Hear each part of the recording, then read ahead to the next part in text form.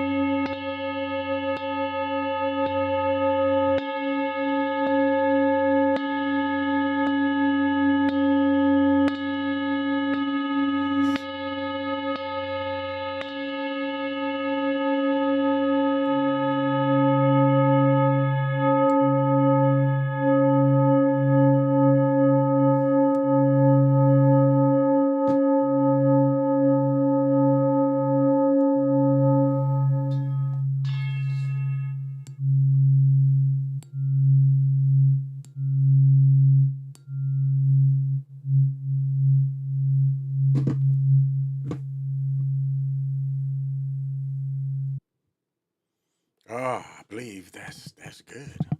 That's good. So this show is pretty much is just going to be me revealing my winners and losers of the game today. And so I'm not gonna be on very long.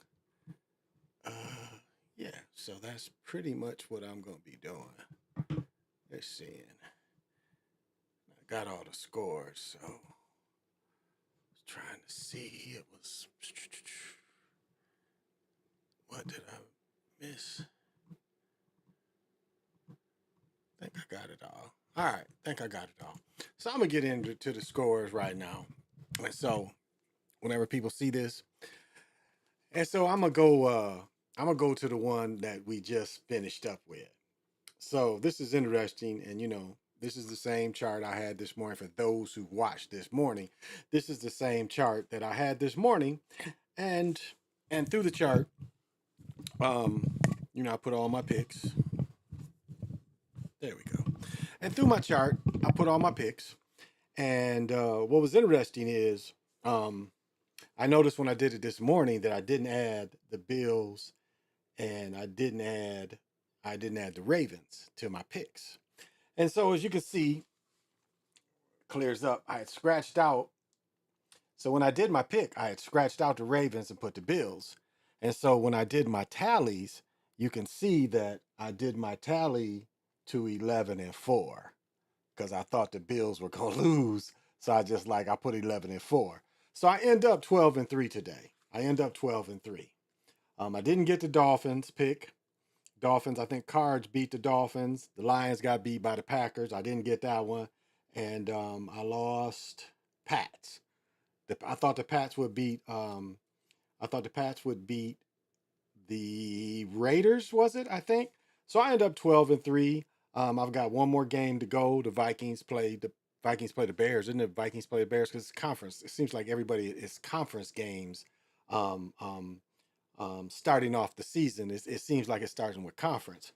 And so I ended up, I won the Steelers, I won the Jags, I won the Cards, I won the Commanders, I won the Bucks, I won the Bengals, I won the 49ers, I won the Broncos, Rams, and I did end up, even though I thought I lost, I really thought I lost because when I put the original pick, I did put the Ravens, and then right before the game, I said, "Nah, I'm gonna go with the Bills." And so as I showed you, um, when the game appeared to be over, I put that I went 11-4 today, and as we saw, the Bills just won, so I skated in and I went 12-3 today. So this was been a pretty good day, and the best game of the day was really the first one. The Steelers and the Jets was a really good game. It was a really good game. I mean, a lot of back and forth, but a really good game. Um, so that was the game. That was the funnest game I thought today out of all the games was that game itself. So that was a pretty good game. We did see, the grip glove catch with Hopkins catch. If you go to my channel, you can see where I did a highlight of that. So, uh, You see the same, entertainment element, and that's what it's all about is entertainment. There's nothing about the NFL that is true, and all the players know. All the players know. Like my wife, I was just telling my wife, she's like, well, they don't have to know. That's not necessarily true. Because it's like this. If you take a room of 300 people and you tell all the people in the room $300, but this is what you got to do. Or you don't even have to put an amount of money. You just say, I'm paying all 300 of you people to do something. Will you follow the script? And the people are going to do it. The people are going to do it. And remember, when you talk about big time programs and you're talking about programs where they bet on their games, you know they're scripted.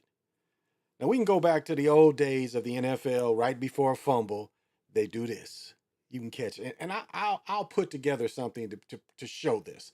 But you can clearly go back. Bynum's Biner, when Biner fumbles before the Broncos game, which would have put Cleveland in their first and only Super Bowl at the time. Again, you see this. And you rarely see the angle because when he first did it, they showed the angle from I think it was Smith that hit him. And then they later say, well, the Broncos practice stripping the ball and stuff. But you clearly see this, as he's coming. So all of them do know. If you pay people, people will act. And that's what you have to understand. People will act. And that's what we see in all sports. We see entertainers. There's no pure sport. I mean, the pure sport is like pickup games, some semi-pro games where people don't bet on them. And people say, well, when I played, did I see scripting? The thing I question, again, I played in Division II. And the thing that I questioned the most that was we would play three deep and like we play in Tennessee State. And you relying on three deep to guard Joe 747 Adams, who's probably going to throw close to 50 passes. I mean, you're wearing the DBs out. Now, it's not a bad idea when you constantly got DBs coming in and out. That ain't how we did it. Our fourth DB, which really was an outside linebacker, and we really relied on blitzing. That's what we relied on. We relied on blitzing, which just didn't make a lot of sense to me. Now, how much money was bet on my game? I can speak a little bit of it. I know when I quit playing and I still lived in the city, it wasn't a lot of money out there on the games. I mean, it really wasn't. I knew hustlers and I knew where if I wanted to gamble on a game where I could gamble. And to say that there was a lot of money at that point, and we're talking about, again, 79, 80, 81 season, college season, wasn't a lot of money on A&T back then. So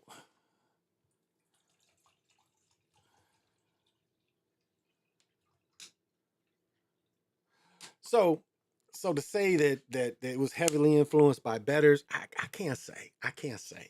I can't say. I can't say. I just looked at the scheme we ran, and then when we would get into scouting reports, it just made me wonder. It really just made me wonder.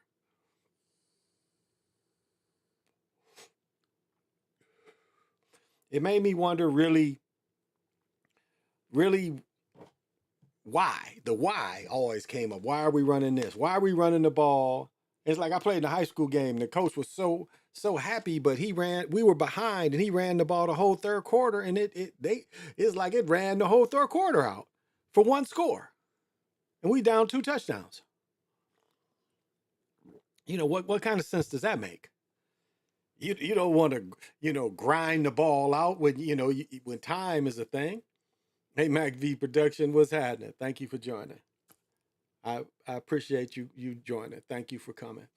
But so those kind of things. So all the players know on all levels. They know on all levels.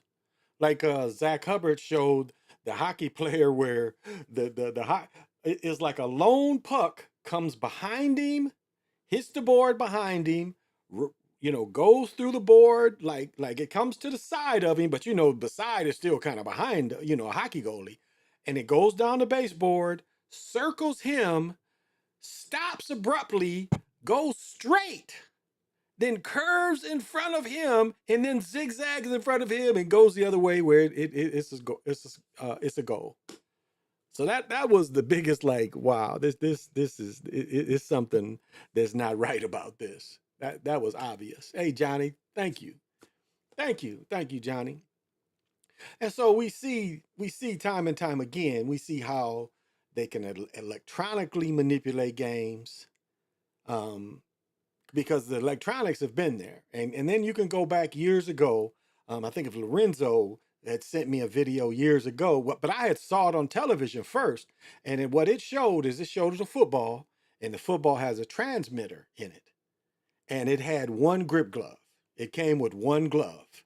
And this commercial appeared to be from the late zeros, maybe early teens, like 2008 to 2012. And then the same commercial had a ball, bend them like Beckham. It had a bend them like Beckham ball where you'd kick it and the ball would bend. Can I see the moon from here? No, I can't see the moon from here. And so, the technology has been there for a long time. Now, again, I can go through the evolution of the gloves. The gloves went from scuba diver gloves. Those were the first sticky gloves. Uh, Soccer used to make a kind of Goldie glove that was almost a work glove material, and it just had rubber all over it. And for a while, those worked pretty good. But when they got wet, they really wouldn't stick. So that was the evolution. And the stickum was the best stuff ever. In my generation, you could still get stickum. Matter of fact, they had on a dry day, they had it where you could just spray it on your hands. It wasn't a gunk. It was just you could spray your hands, and long as you kept your hands dry, they would stay sticky for maybe that series of downs. Stickum was the best. I remember Stickum, and you didn't need much.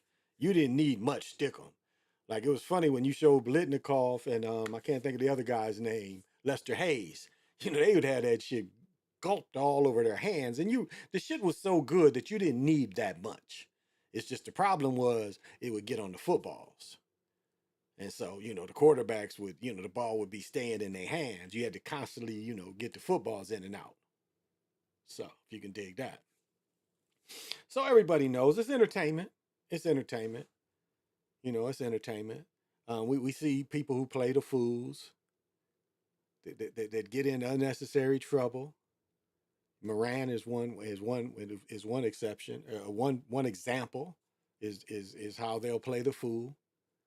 Now I don't know about what was his name. Was it Riggs that had the vet that was going 150 down a regular neighborhood and hit a car and blew the car up and killed the person? I think he's about to get out of prison. That was only 3-4 years ago. Now was that on purpose? Nah, no. I mean, but again, it's the common thing of the athlete having too much money and destroying himself. Did y'all notice this? The Texas game, the running back that was hurt, he had like the Mr. T chains on. And for some reason, the whole time the camera was on him, he was adjusting the chains. It's like the man had on about $15,000 worth of jewelry on the bench, and he's adjusting the chains. Now, was that to get attention? He seemed kind of embarrassed about it because, one, he kept taking it off and putting it on if you saw it a little later. But it's like, why? Why do you need all that? I was looking at number 4 tonight in the game for the Ravens. He had a number 4 again. I think people know who you are. Right, I understand lucky numbers and stuff, getting into gematria and stuff. But is that necessary? But again, I end up 12-3. I lost the Dolphins, won the Steelers, won the Jags, won the Cards, won the Commanders, won the Bucks, won the Bengals, won the Pats, won the 49ers, Broncos, Lions, and I won. The Lions lost, and I won the Rams, and it's just the Vikings. So the worst I can end up is if the Bears beat the Vikings, which is very doubtful. I should end up 13-3 first week. Now, the one thing let me say about the Vikings is they brought Thielen back because I think Addison had the drunk driving charges. So Addison is going to be suspended. I think Addison is going to be suspended the first 3 games. So they traded for Thielen. Now, when Thielen played, Thielen was not a blazer. He was possession slot receiver, possession X receiver. But, like, why would you bring him back now? He's going to get you 5 or 10 yards. Not a blazer. So it made no sense. And this tells you that it's scripted Because why wouldn't they bring in a younger, fast guy, which there's plenty of? We just had cuts 2 weeks ago. Why wouldn't you bring a blazing fast guy? Why would you bring in this old receiver? See, you see how it's scripted? And like this Sanders stuff, keeping him as the third string quarterback. The Giants kept Winston. The Giants kept three quarterbacks too. But it's just a shaming. It's a shaming of him. And it's trying to, it's trying to send the message as, you players ain't in control. When you come up to us, we can still um, um, mold your future. So you guys, even though we know you coming in rich, we're gonna spank you, make him an example. But again, it's all scripted. It's a shaming. Remember, they did the same thing to what was the quarterback's name? He's with Oakland now. They did the same thing to him. He thought he was gonna be a number one pick. They invited him the first day. Remember, the camera kept going to him every pick. Randy Moss is another example. Randy Moss is a clear example of what Sanders is going through. If you look at it, it's kind of shaming. And we see, this shirt says, what does it say? Thanksgiving Day, November 98, 3 touchdowns and 163 yards. So you see, just because you're a funky pick, and then Tom Brady, Tom, what they call it, Mr. Irrelevant, Tom Brady's pick. Rich. Oh, absolutely scripted. We saw Hopkins make a grip glove catch. We saw Hopkins make the grip glove catch, Rich. He made the grip gloves catch. And so um, you see um, the Cook's long run, the DB again when we see the what I call the movie tackle, where they dive on the ground and just reach his arm out. I tell you, the one tackle though, they did get Cook. No, they got the receiver before they end up setting up for the field goal. That the dude had a touchdown, and dude went up and tackled him. He stopped a touchdown. So at that goes to show you the time and stuff. It wasn't supposed to be a touchdown. Like how many games have you seen where it's a fumble? It's a fumble, and then the other team comes back and fumbles or throws the interception. What do you think? Why do you think that happens? Because something went off script. Something went off script, so they got to turn it right back over. So we see that. Hey, NATA, hey, NTAT channel, what's happening? Good to see you, bruh. I follow all your stuff. I don't comment all this time, but I follow all your stuff. Oh, you know what? I'm not gonna be on here very long either, because I get sleepy too. I'm usually sleep between now and midnight. I'm usually midnight. I'm usually getting it, so I'm not gonna be on too long either, bro. So I understand you too. I have to take my mother to the dentist tomorrow, so I've got to go into the city, and like that. And the highways up here are pretty, like they closed down a big section. I'm trying to think how you would have went to the Mall of America. You'd have really had to loop around the airport to go to the, yeah, that was the only way. You'd have had to loop all the way around the airport to go back to the Mall of America, because that 77 and 100 here was closed. Well, I guess if you went behind, yeah, if you, but yeah, you'd have to really, yeah, it's like, yeah, if you'd have to come. So if you was coming from the city, you would have to go back on like 51 and loop around to come back to hit 494 that way. You'd have to go around the airport instead of, there's a quicker way to go, but that section of highway is closed down here. So a big section of highway is closed down. So thank you. Yeah, yeah. I check all your stuff out. Oh, and I was in Michigan. August 1st was our 105th family reunion, and so we plan on going back again. My wife wants to see Detroit, and definitely want to go to the art museum. People forget Detroit has one of the best art museums in the country. When Detroit went bankrupt, the art museum was wrote where they couldn't sell the stuff. Some cities would sell off that kind of stuff. It was in the bylaws they couldn't sell the Detroit Art Museum stuff. And I got a teammate, because they're rebuilding Pershing High School is being rebuilt. And so my homeboy went to Pershing that I played college football with. He went to Pershing. So I'm trying to connect with him and go down there. And my brother lives in Lansing, which is closer to Detroit than from Kalamazoo, Still from Kalamazoo to Detroit, still about maybe 2.5 hours. Battle Creek, I made it in an hour one time. I went from Battle Creek, from Detroit to Battle Creek, Because normally it was about an hour and 15, hour and 20, but I went 90 all the way. Back when I was a cop, knew I couldn't get a ticket. And I made it in about 50, 55 minutes. But Kalamazoo is like another half hour from Battle Creek. So it takes about roughly 2 hours from Kalamazoo. We got a nice Airbnb. And I got to see the graves. I have to download the pictures, but I got to see the graves of my ancestor. I have an ancestor that was born. She was born in 1808 in near the James River in Virginia, which is technically like Danville, that area. But the James River is a big ass river. But she was born in 1808 in Virginia. And where she was born is a Sapani reservation. She was born, if not on the reservation, she was born near the reservation. And then later she went to Michigan. And we have some of her writing. It's funny how they all write so well. And then, um, of course, my great great grandfather that fought in the Civil War, I got to see his grave, and his wife that died young. And then, of course, I knew my great grandfather. So it was 105 years of our history. You're supposed to be there the first week of October. Okay, okay, okay. Shoot, I might wait till you go and hook up with you because I know you probably know Detroit better than I do. I think I know, but like this is what's so cool about Kalamazoo. There's a Coney Island in Kalamazoo, so I didn't have to go to Detroit to get Coney Island hot dogs. We had one in Kalamazoo. I don't know if it's still there, but growing up, we had one in Kalamazoo too. So we got the good Detroit style hot dogs and Detroit pizza. I've always preferred Detroit style pizza.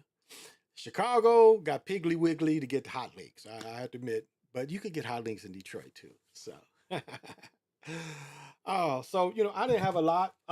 Just some things since it is a beautiful full moon tonight. Just show you some of my stuff. I'm gonna meditate when I get done, but I'd end up a tree gifted this stick to me, and I think I've showed it. If you guys ever watched me over the years, I think I've showed it. Let me see where I put it. I have the tiniest, like right here is the tiniest little diamond that I gorilla glued it is why it looks like that. But there's two little like flakes of diamonds in there. Two little flakes of diamonds. So I got diamonds in it. And I think this is just marble or calcite. I think it came from my grandmother. And then as you see, I copper wrapped it. And copper puts off a natural energy as it is. And so this is really kind of how you make wands, kind of. And again, everything is about your intention. It's not like I can go abracadabra and some shit's gonna puff out. It's not for that, but it can take away evil or negative energies. Negative energies, and it can bring in positive energies. Because before I meditate, I put this over my whole area. If you can dig, so. And so I've been like wrapping a lot of my crystals with copper because crystals naturally have an energy they push out. And then when you introduce copper to them, copper kind of is like an amplifier. And it's just like my copper bracelet also has magnets inside. Those little round things are magnets. And so it promotes healing, it promotes healing. So again, I didn't have a whole lot tonight. So I guess I'll go to part two, which would be just a review of just some sneakers. I love sneakers. And where's the book? Where is the book? Here it is. Um, this is it's called the sneakers. It's 300 classics from a rare vintage to the latest shoes. And it goes to the history of the shoes. And so the history of, let's see.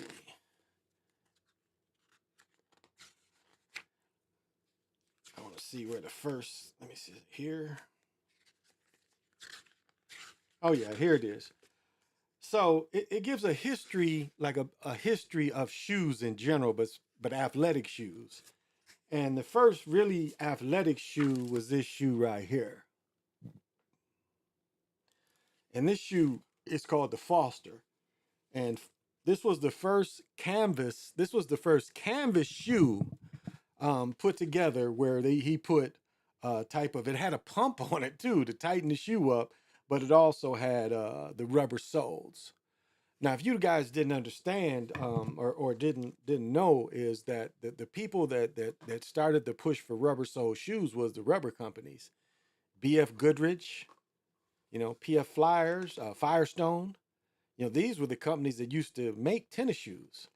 I mean, right here, like Pro Keds. If you guys know Pro Keds, um, Pro Keds was two companies came together. Yeah, Goodyear and the U.S. Rubber Company came together and they made Pro Keds. And Pro Keds was first made in 1916, so it was made before Converse. And then I don't know if a lot of people know what the real Chuck Taylor looks like. Now, Chuck Taylor's was first made in 1917 by the Converse Rubber Company. And so they made was basically Chuck Taylor's used to all just be black. You look at Wilton them, and I still saw some white shoes back then. But this was saying that most of them, which a lot of them was. There's a picture of me in this book I got, and I'm wearing some black low cuts. Uh, but so Chuck Taylor was a player, and he loved the shoes so much he became a service rep. And what he would do is he would go do basketball clinics. So he would go do basketball clinics, and after the basketball clinics, Chuck Taylor would sell shoes. And so when he came back, he had sold so many shoes. They was like, well, what if you had to make a shoe? What would it look like? And he kind of put together the shoe we see today. And this style hasn't really changed much in what over 100 years. And like people like today, like my daughter, I bought her a pair of Birkenstocks that was roughly 180, and I bought her the On Cloud 6, and that was roughly I think 180. Maybe I got it for 107. We got it from my mall is a dime mall, and I think I got it from there, from Mob Mall near. But I think at Dick's it was 180. I think I got it from 170 inside the mall. And there's no tax. There's never a tax on clothes in this state. And so, for her, she's used to that. And then the school she goes to, it requires that her shit be fresh. It just requires that. It's just what she has to go compete against. Clothes is going to be the last thing she's going to have to worry about. You dig? You know, it's like my nephew. I bought my nephew a pair of Ganas, because it's his mom. She's one of them China. What is it? Sheen. What is that? What it's called? She's one of them kind of shoppers, and she's bragging about. And I was like, yeah, I can't have him going into eighth grade. He's only eighth grade, but I'm like, let me get him these. I was out there and I was like, okay, I'll get him these. Again, young man, and it's not materialism. It's just saying he can be presented nice in a nice way. That's all. So, and so Chuck Taylor's the style has basically been unchanged. Now Dunlap, Dunlap, I like motorcycle people with more know Dunlap, and I have run across these kind of shoes, but Dunlap tires. Dunlap, again, the rubber companies. And of course, if you know the story of Adidas, Adidas was made by Adidas was originally made by two brothers, and the two brothers fell out. The other brother built a factory across the river as Puma. So Adidas and Puma are brothers. Hey, OTF, what's happening? How you been? Thank you. I've been fine. Thank you for asking. So Adidas and Pumas are brothers, but Adidas is the older shoe. One time they both worked for the Adidas company. I think that's further down back in here. I'd have to find. Oh, maybe it's right here. That's yeah. So the one brother's name was Rudolph Dessler. Is one brother, the brother that runs Puma, and the brother that runs. Let me see. Make it all the way back to Adidas. I'm at Nike. Ah, here we go.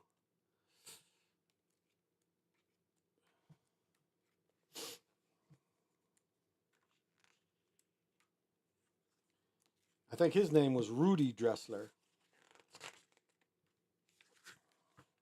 Yeah, Rudy Dressler, I think his name was. But they had some kind of beef and they never spoke to each other. Two brothers lived across from each other and fucking never spoke to each other again.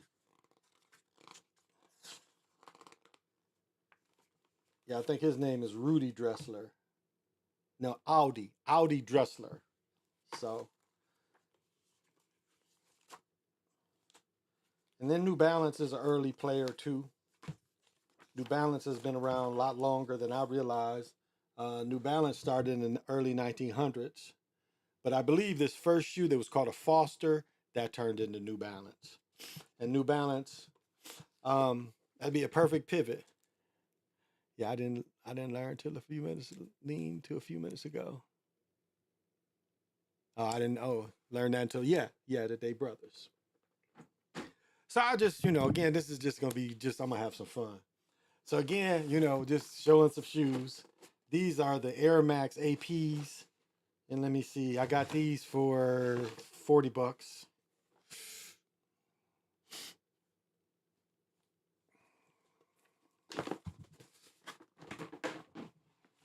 And speaking of New Balance, this is I haven't played in these, but this is a pickleball shoe. The shoe is super clean. I had to order them; they didn't have them at the stores. But like a super clean mesh, and like if you look at a court shoe will have this kind of foot plate compared to a basketball shoe. Super lightweight. I put my insoles in them, and wearing them around, they nice too. But super lightweight. Great court shoe because I play in my white ones. I haven't played in these.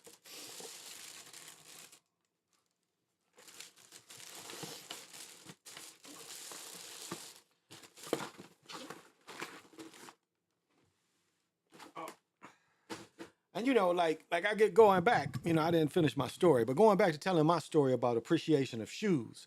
See, I remember like when cons was literally $12 to get a pair of cons. And I've told this part of the story a lot of times. But cons used to cost $12, literally. Well, I think when I was in 5th or 6th grade, they was $12. And there was a shoe called the Converse Coach that I think was only 5. And the difference was between the Coach and the Chuck Taylor was just the way the canvas was put on. One had a double canvas, one had a single one.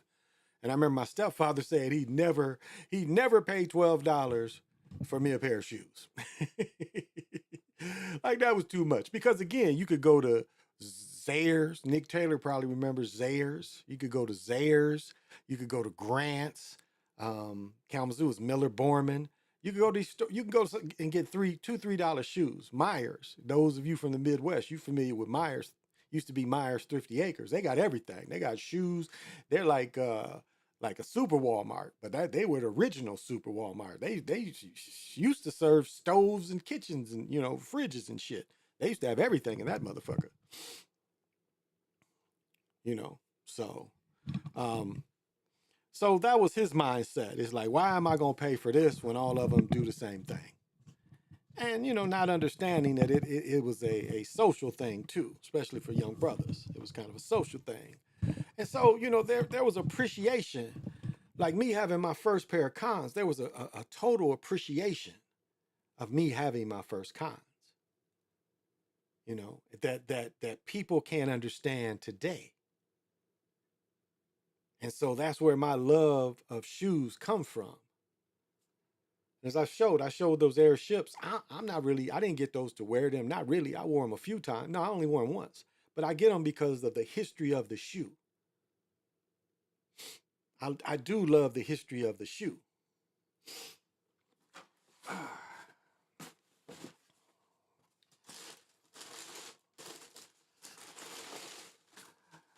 And these are what, the 11s, 12s?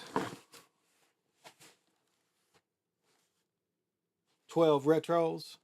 Baby blue is my favorite color, so I get a lot of shoes this color. But again, when I was playing semi-pro, I played in these. I think I told the story before. I gave the dude at Champs. I gave the dude at Champs some bread to get the shoes, so I had to stand in line because I had to work. I can't even. What was that? I can't even remember this little store I was running. Health Rider. Yeah, I was managing a health rider store. So he was down at Champs. So I gave him the bread. He came back with a 14, but it wasn't these. It was the French Blues.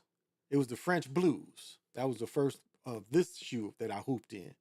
And he brought me 14s. Well, I found out I could wear 14s. And now the way my foot all swole up, I can definitely wear 14s. So um very good construction. I mean, it's like you paying for good. It's not like this is like the twos and threes. Them shoes, no, the threes and fours. I don't buy them.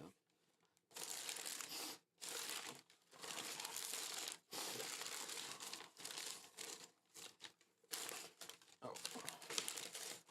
And these are the shoes I just bought in 25.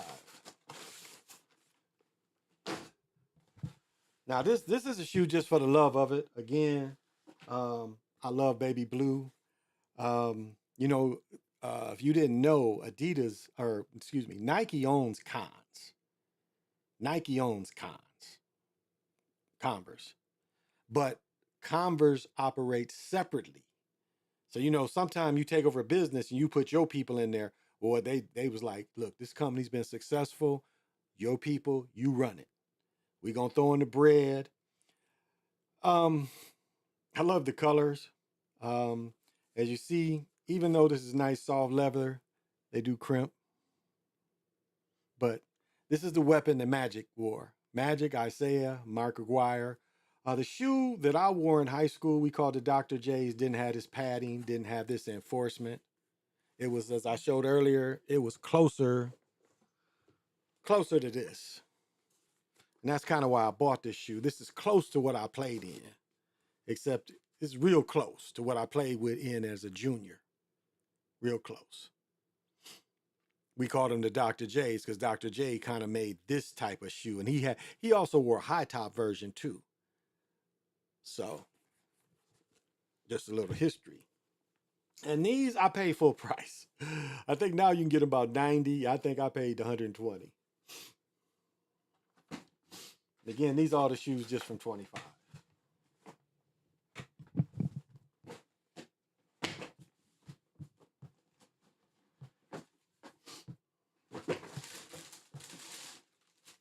Now these is the 40s. Um, you can see I've wore these a bunch of times. I hate I didn't get the blue ones because I love, but far as I have pretty bad feet and I really my insoles I think are now $600-700 for my insoles. Um, these are so comfortable I don't need insoles. I really don't. These are probably one of the most comfortable pair of shoes you can wear. For those of you that have just bad feet and want to far as hooping in, I couldn't see where you could go wrong. Um, I think PJ came up and said that Trey Young, they showed him, playing in a pickup game or something with a pair of these, but super comfortable. I'm waiting until November to get the second pair because usually when it comes to Jordans, I usually get two, like two different colorways per season.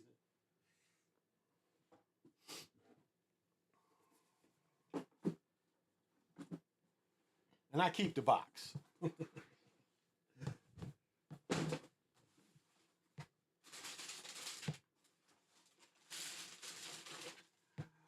Now again, I should have showed both shoes. Let me see what's this colorway.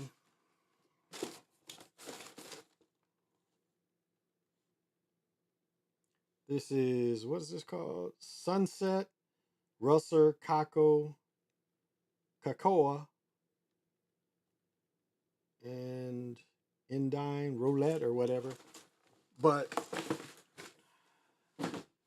the leather is some of the finest leather uh, on an Air Force One. I mean, the leather is outstanding. This leather is so soft. It's almost like I would dare say basketball leather. That's what attracted me. This is the only pair of lows I have. Of course, when I wear these, I got to put my inserts in them because there's not a lot down here. But just the leather is just, and this is a nice fall shoe as well. You know. Now I haven't been to a game. I went to The last game I went to, I saw Detroit. I was 4th of July, and that's a whole story too. So that was my birthday present from my wife, was to go to the game, and we took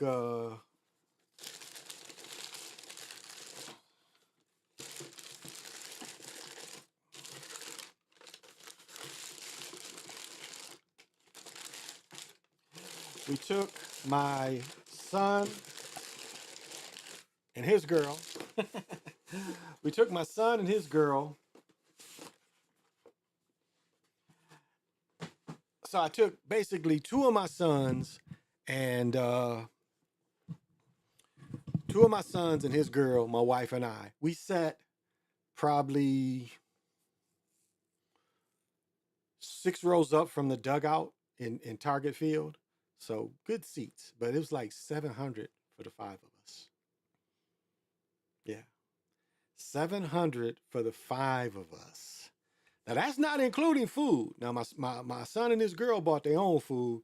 My younger son, well, he ain't really young. He's a grown nigga, but you know, he's younger, but he's in 24. So I bought his stuff. And so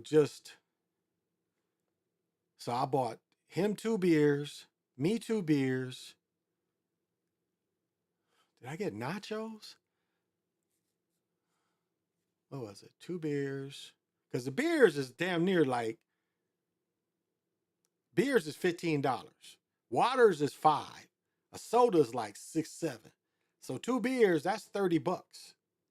So between the 2 beers my son got and the 2 beers I got, that was $60 for 4 beers. Tall cans, but still $60. You get a couple cases. So that was another 60. My wife bought at least another 60. So that was 100 and something. I bought another hat. That hat was 50, but the only place you can get that hat was at the stadium. That was another 50. So we spent close to $800-900, you know. So games, you know, it's like we was gonna try to go see the Eagles is playing the Vikings. I think it's the maybe October 17th.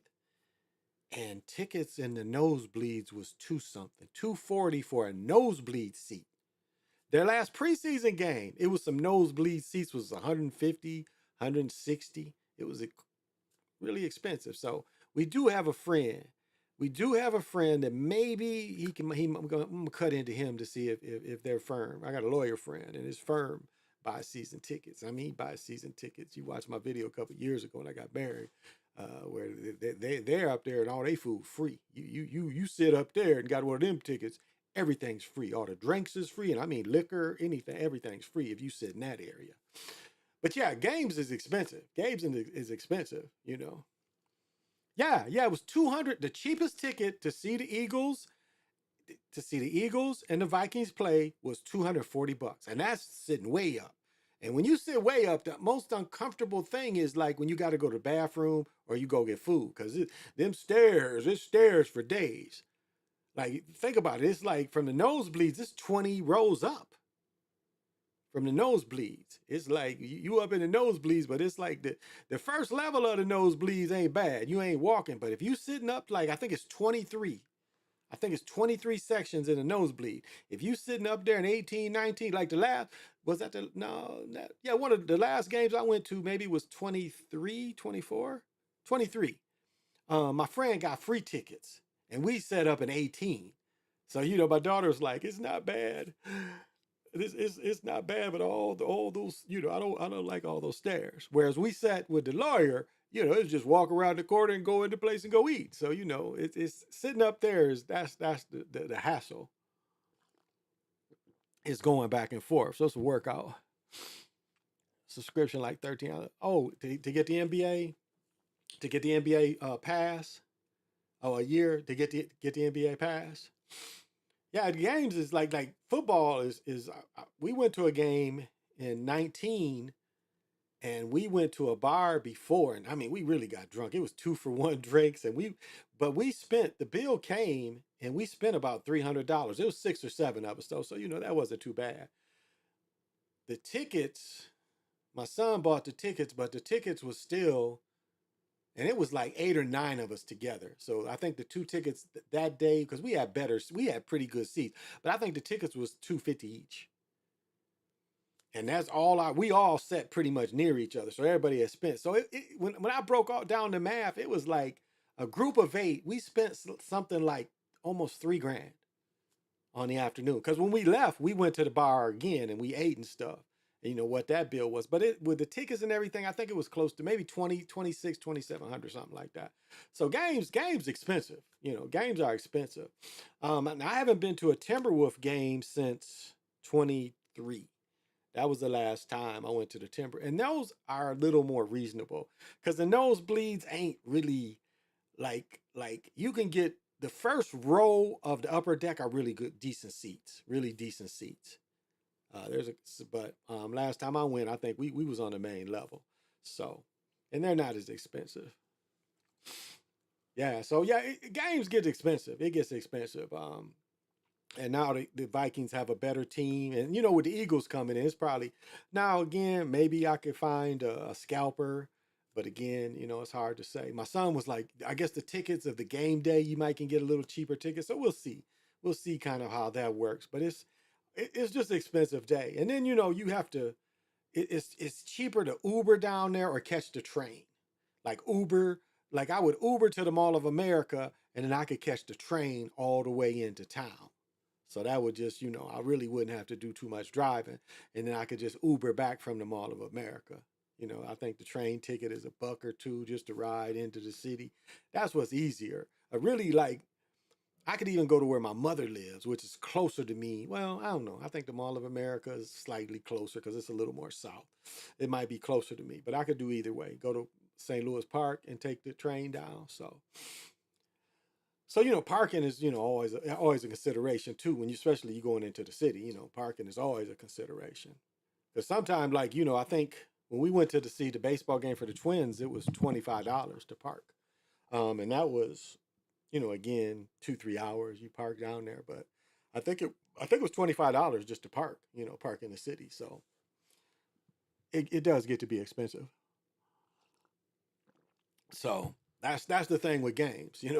I mean, what do you think season tickets? Like if you got season tickets on around the 50-yard line, I would dare say you probably spending 15 to 20. 15 to 20. If you think about it.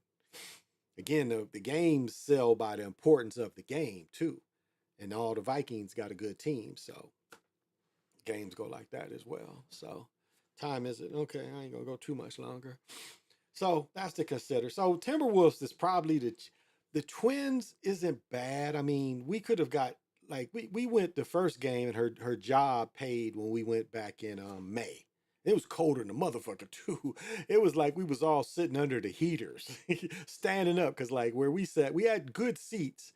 When we went in May, we had better seats on the 4th of July. But in May, we had good seats, but it was just cold and motherfucker.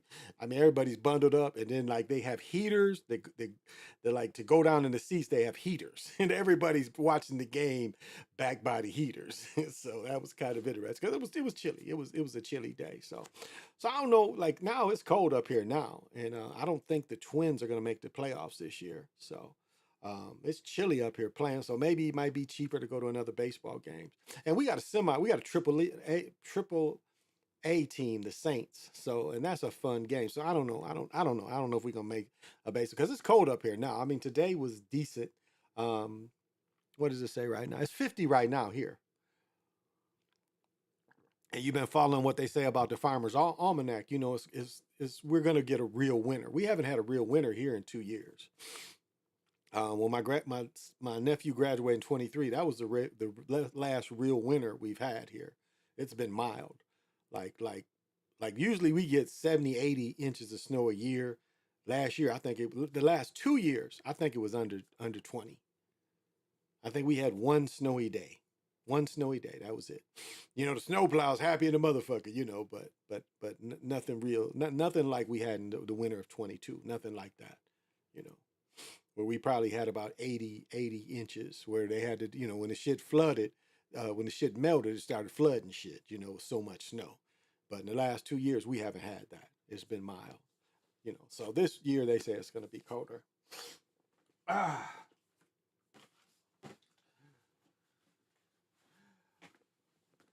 Oh, and here's another weapon. I think this is the one. I think that at first the Celtics wore the black ones, and then they end up making the green weapons. So Larry Bird, I think, wore the black ones like this. Then later they end up making a green one. But again, the leather is great. You know, put my insoles in the course, but I just like the style of them. And now these was at the outlet, so these were maybe 50. Now I paid 119 for the other ones. I made a pay 50 for these.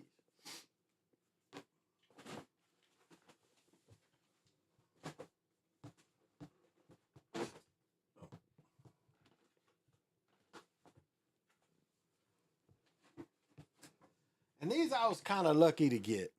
Um, these are the Dion's, but they're LeBron 21s.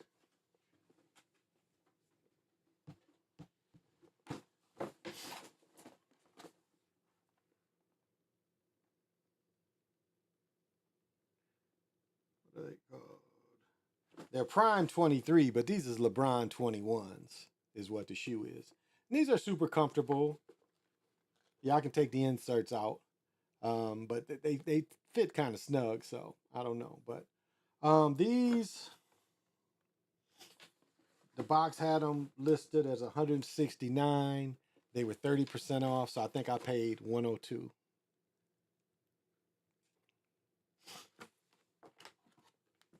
For these. The Griffies, yeah, I never, back when they first came out, I never bought a pair, but I always liked them. I always liked them. Yeah, so yeah, I fuck with them. I haven't bought a pair, and I've never bought a pair. Because the Griffies and the Bowls was kind of similar in a way. So yeah, I haven't bought a pair. And the final pair I'll show again. I bought all these shoes this year, way too many. And this is the final pair. Well, the newest pair I bought is back there. The trainer Hirachis, that's the newest pair. But these I bought them back in '95 when they came out. I had the blue socks to go with them, which was really cool. And I bought both my sons a pair. And my older son was mad because my one son was born in '95. So for him, and these might have came out in '96. He might have been a year older because I don't think he was crawling in these. I think he was walking in them. And so maybe it was '96 when these came out. I had to look up to see. 95, '96, one of the years. But I actually hooped in these. And it was like me and Trent had a pair. And the first semi-pro game I wore, I went to block Trent's shot. And I think his brother undercut my legs. I'm pretty sure. Because I went to block a shot. Next thing I know, somebody went under me and swooped my legs out. And ended up landing and breaking my hand. So and that was when one of the Cowboys was at the Super Bowl, and I'm sitting there trying to eat. My hand is trembling and shit. So I had to get a pair of these. My son said he hated wearing them. I'll stop my story. My son said he hated wearing them because I wouldn't let him wear them outside. But again, I had like outside shoes and I had my hoop shoes. And back then it was like hoop shoes don't get worn outside. I mean, they weren't. I mean, I had like my old hoop shoes that I hooped in already. I'd wear those, but new shoes. I looked at new shoes when these shoes came out to me. They was what I played semi-pro in. That's how I looked at it. These was my semi-pro shoes that I only hooped in.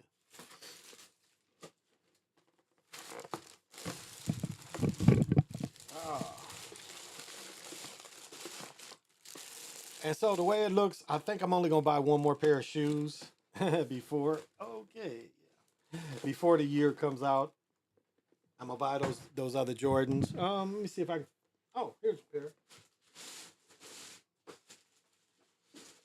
Now this pair is a little different. This is kind of a. You see nurses wearing these. You see nurses wearing these, and this is by the Casso. The Casso. This is kind of a clog. And I paid 104 for these. But if you in hospitals, you'll see nurses wear these. A lot of male, female, but these look good. A round toe with a pair of jeans, and they're super comfy, mold to your feet, that kind of, Yeah, and I paid 104, and I think there's originally 180. So what does it say? Together we save.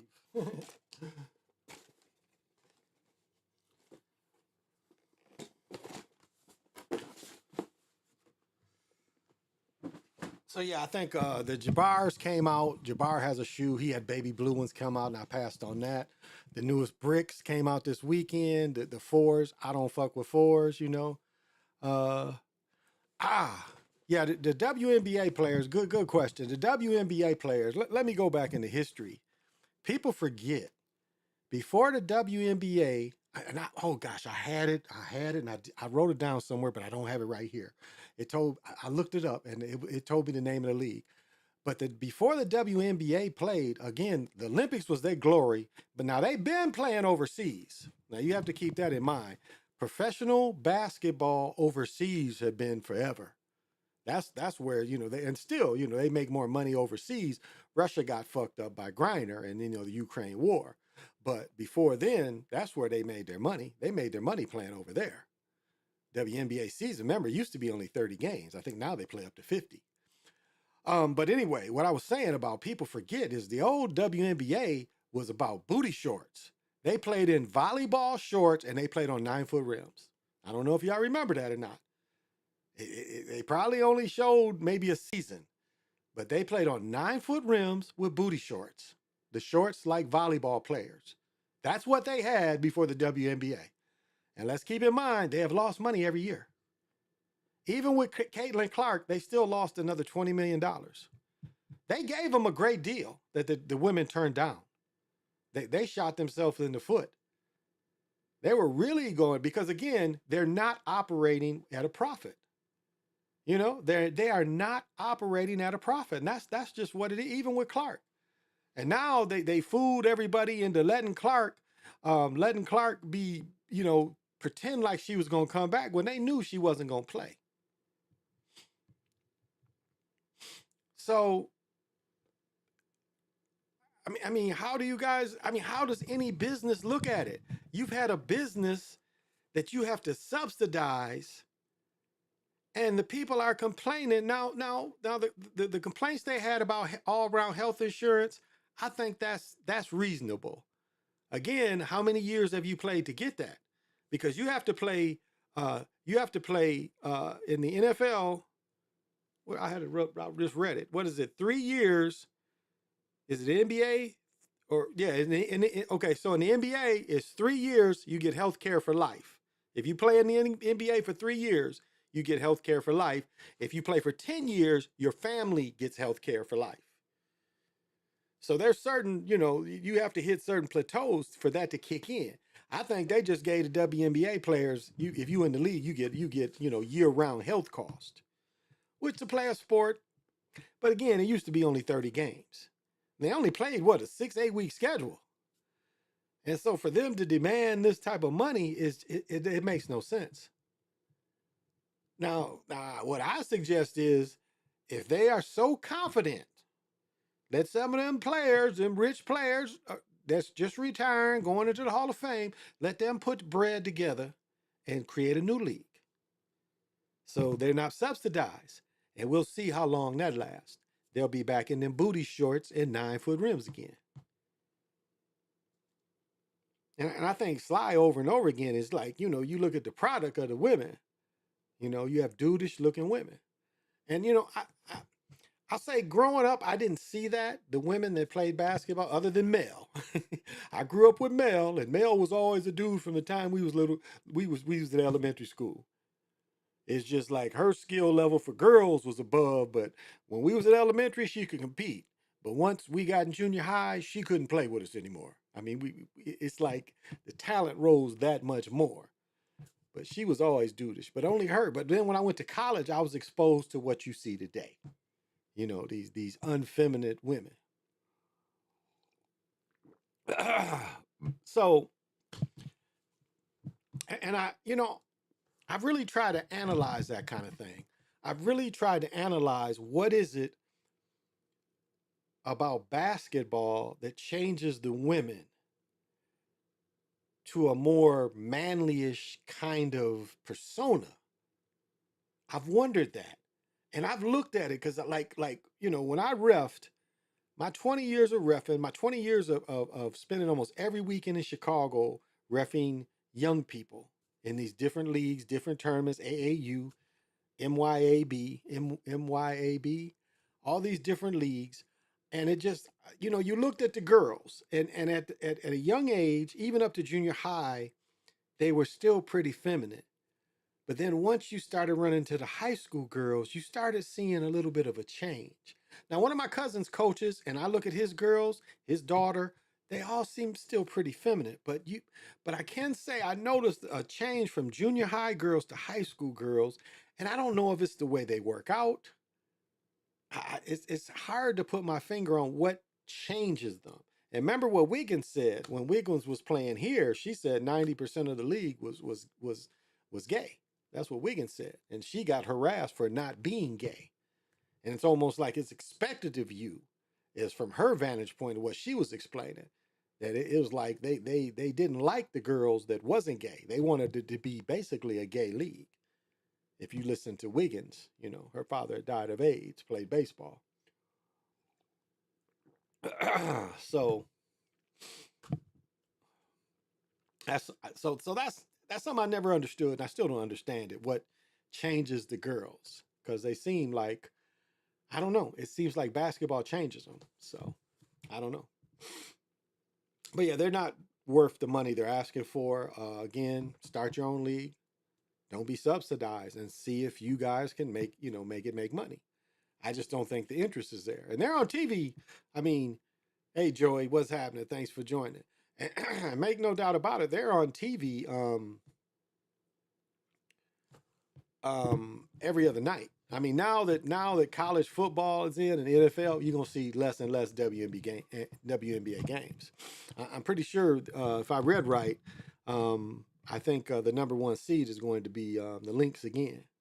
I haven't been to a Lynx game in a couple years. My cousin used to coach the Sky, and then he was assistant coach years ago in the Fury. So when he used to come in, we'd always, get a couple free games off of him. But he coaches just mainly in Europe now. So haven't been to a WNBA game in a minute. It's been a minute since I've been to their game. So, and now we're getting to go into high school. High school football. I went to a elementary school game, sixth grader, and it got to raining. It's like it was a beautiful day. I had brought towels because it rained off and on earlier, but I brought towels, brought a blanket.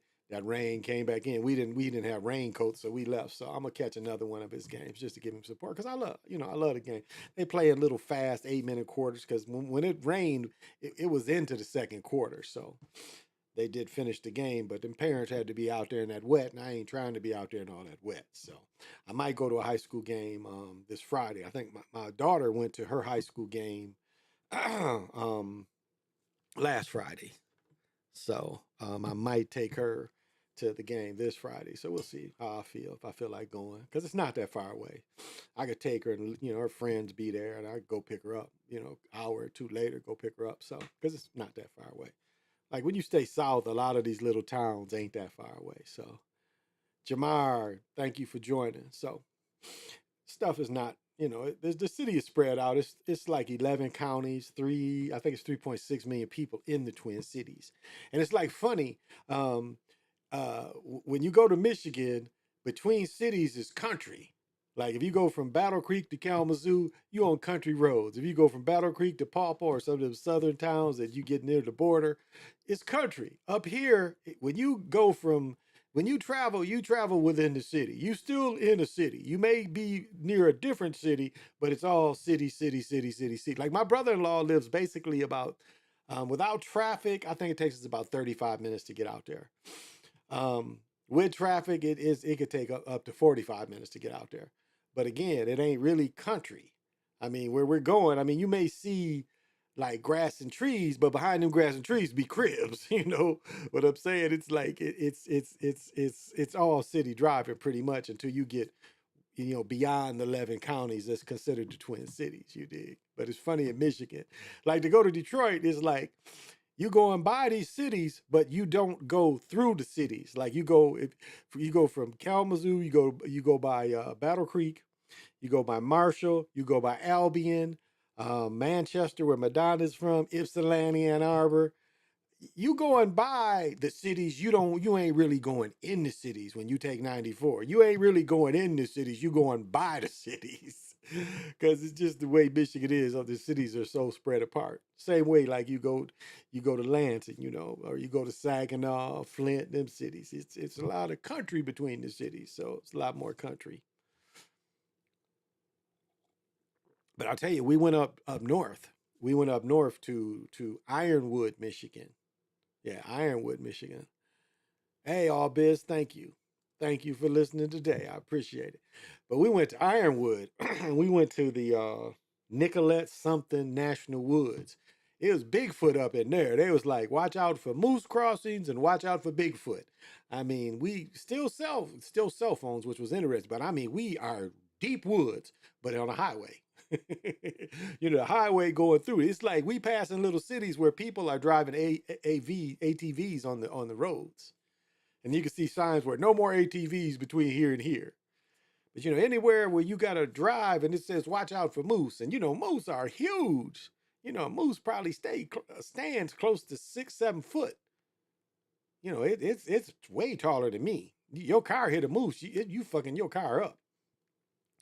So we went way up there up north. That was interesting. People had tin roofs. I don't know if it's because of the snow, but it was funny because we went to a dispensary up there, and in the dispensary was a bunch of brothers working. I was kind of surprised. It was a few natives, but some brothers up in there. I'm like, how do y'all live way up here? In the wintertime, it's a motherfucker up there. So I don't know. But they had that bomb. Like I got this in Kalamazoo. This is the name on this motherfucker.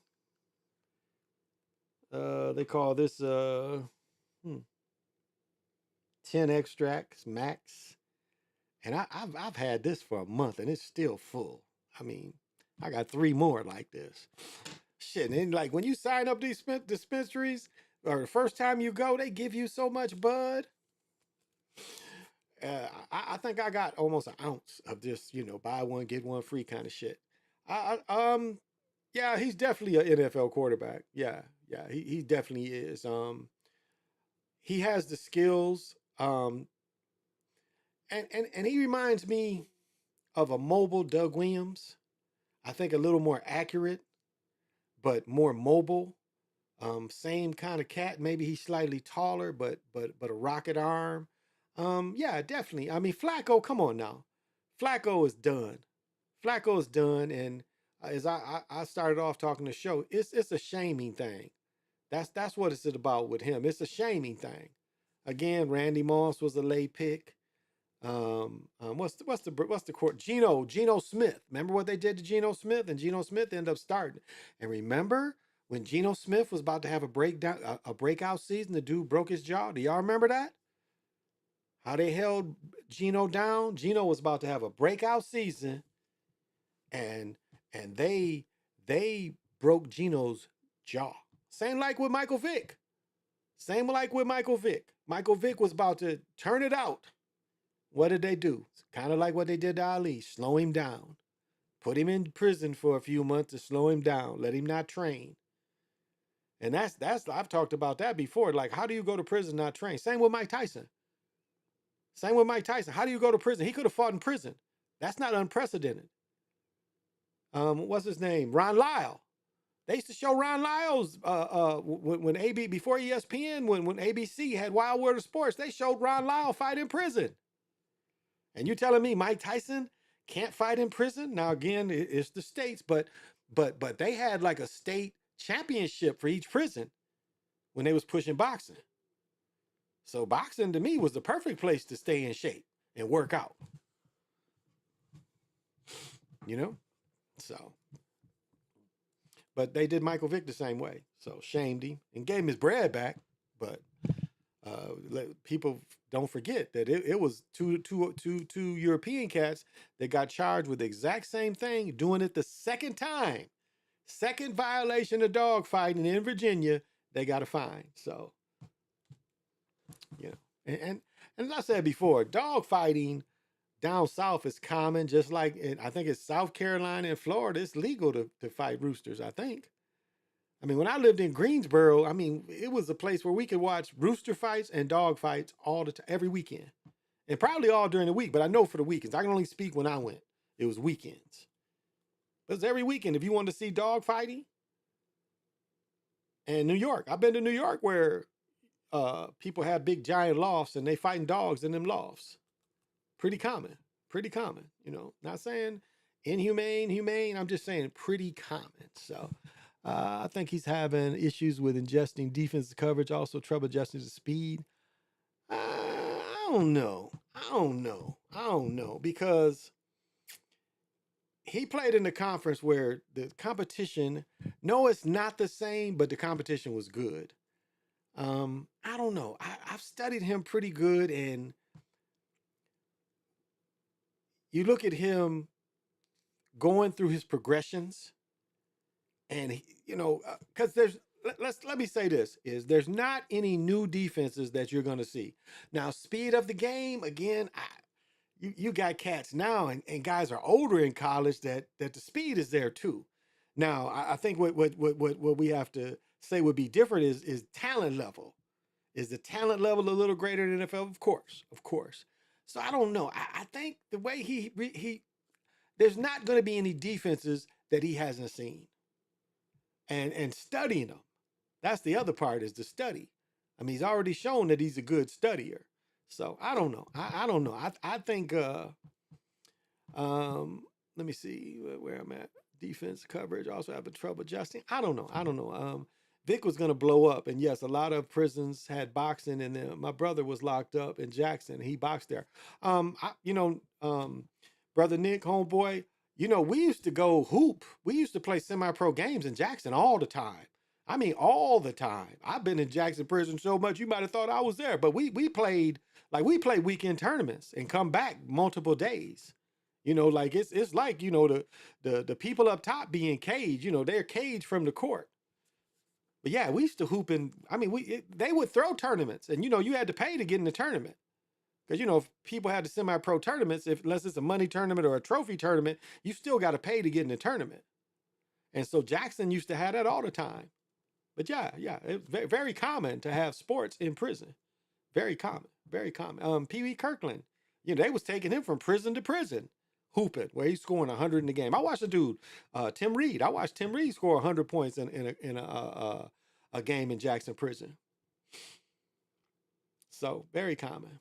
Yeah, South Carolina Gamecocks. Absolutely. Yeah. So it's when I lived out south, very common. Dog fighting was very common, very common. You know, and I'm not saying agree or disagree. I'm just saying very common. And again, I lived in Greensboro in the '80s. You know, I lived in Greensboro from '79 to '85, and but very common, very common.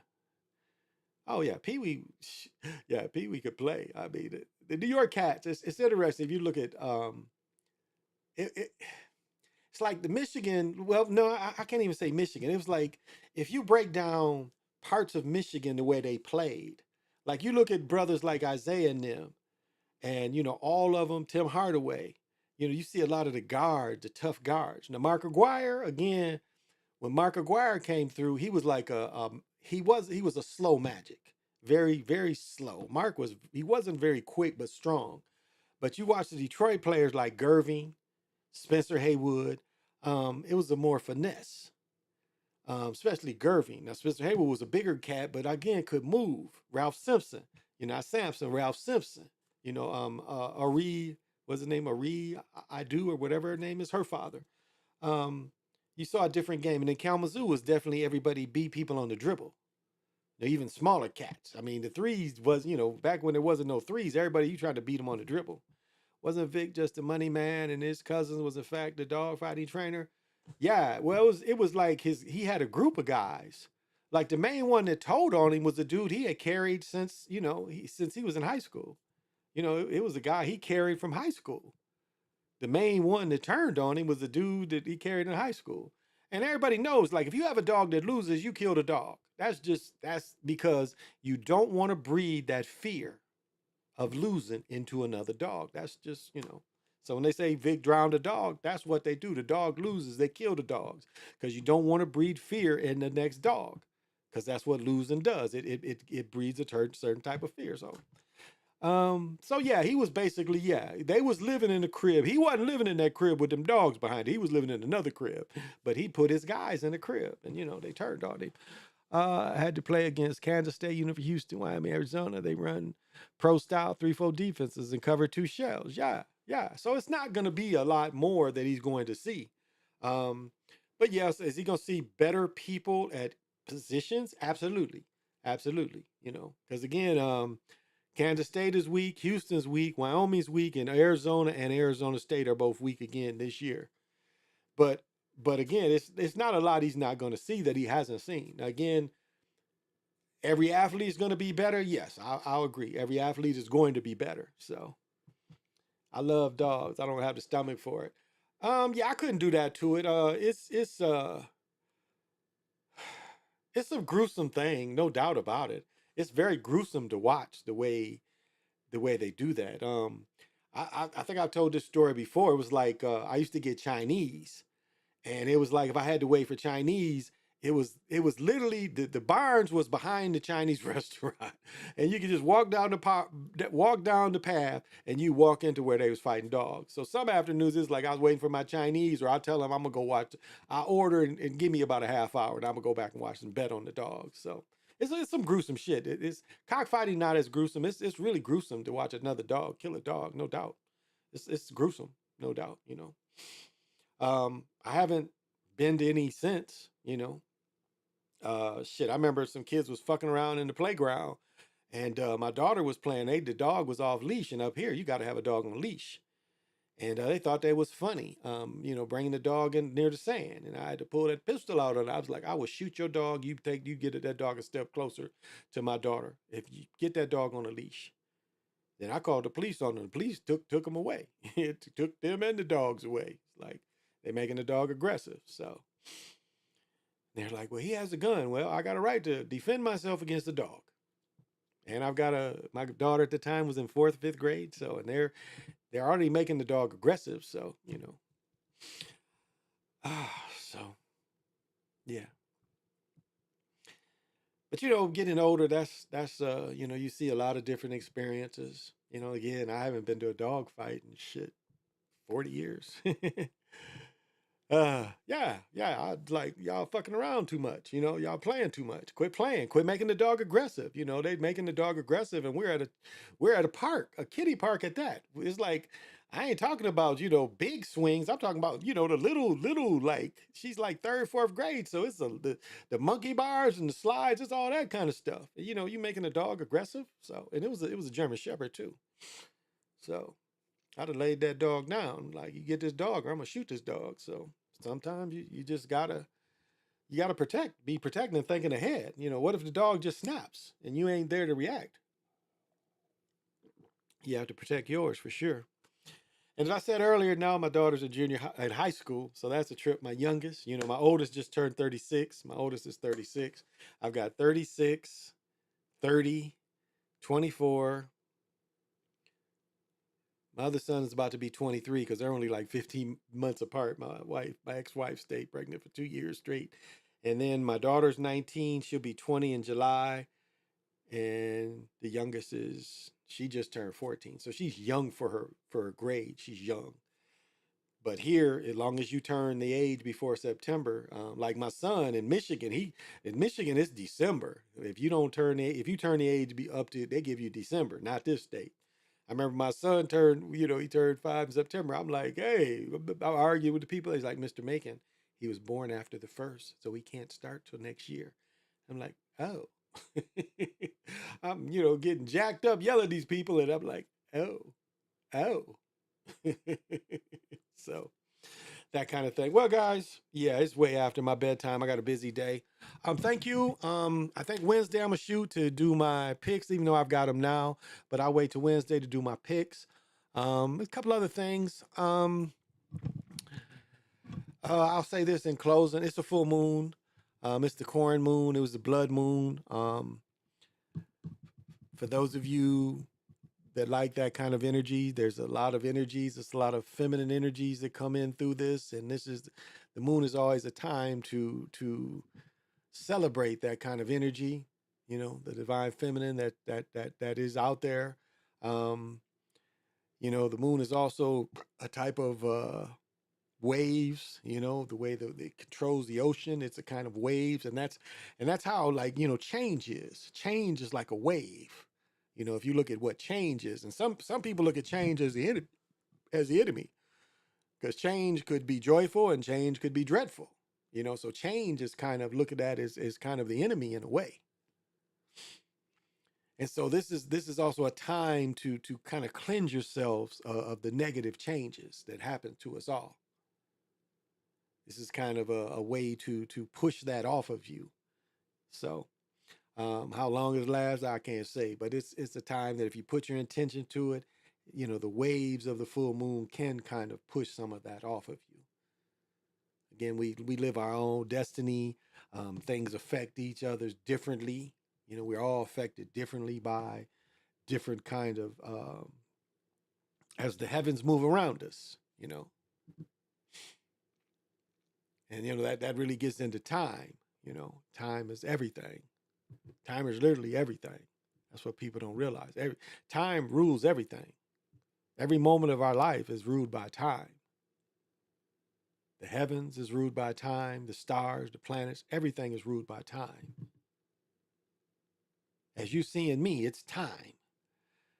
From the moment the neurons in your brain sending electric signals, it's all time based. There's nothing that time doesn't affect in this reality. And in some ways, you could look at this reality as time is the number one thing in this reality. That everything comes from time, even space. The time was the first thing to evolve, was time. Even before any God, it was time. I remember I listened to Dr. Valentine said time started when the first man had a thought. And I just like, wow, that's very naive. Like time, he put that unimportance on time as he thought, hey, you know, it's like I had a thought and that's when time started. No, no. Movement is time. Thinking is time. Everything we do, vision, everything, hearing is all based on time. The moon, the planets, everything. My daddy used to say, time to the best of your ability. It waits for no man and you can't put it in a bottle. That's right. It's constantly moving. Like they say we're born to die. Because the minute you born is the minute the clock on when you're going to die. Why do you think birthdays and they celebrate? It's time, the time you've been here. When your heart pumps. I mean, my Apple Watch. My Apple Watch shows, high blood pressure. What is it? What is it measured in time? The numbers. What do you think the numbers are mostly used for? I mean, like you can even see the people that can break down this reality, and like even these computers is zeros and ones. Zeros and ones. AI is run on zeros and ones. That's its base, is zeros and ones. So just a thought. All right. Thank you guys. I appreciate everybody that listened tonight. I appreciate everybody that listen in the future. Thank you for listening to an old man. You know, it's just funny as I like, that's what one thing I hate. And I might be able to recover my old channel that I started in 14. I don't know. I've been looking at some stuff. And yeah, the binary code too. My chung, I chung, I chung. I chung is nothing but number. And you know, it's like looking at even years ago, like looking at pictures in my 50s. Like when you look in your 50s, how you look, you don't realize that when you get 60, you'll look older. So I look at me in 50 and I'm like, wow, I really didn't look that old when I was 50. Now that I'm 64, you know, it's interesting how you think in your 50s that you're old and that you look old, but you really don't compared to a person that's 60.